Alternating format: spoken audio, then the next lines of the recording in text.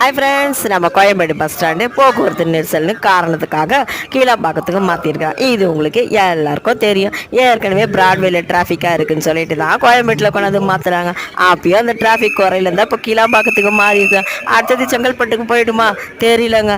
அரசு ஒரு மாற்றத்தை கொண்டு வரும்போது மக்களால் நம்மளால் உடனே அதை ஏற்றுக்க முடியல. கோயம்பேட்டுக்கு மாறும் போதும் இப்படி தான் நிறைய சொன்னாங்க, மக்கள் கருத்து சொன்னாங்க. கீழாம்பாக்கத்துக்கு போயிருக்கும்போது இப்படி தாங்க சொன்னாங்க.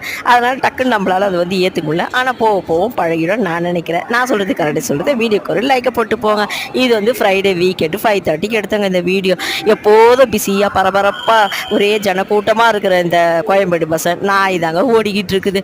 மக்களே அவ்வளோவா இல்லைங்க.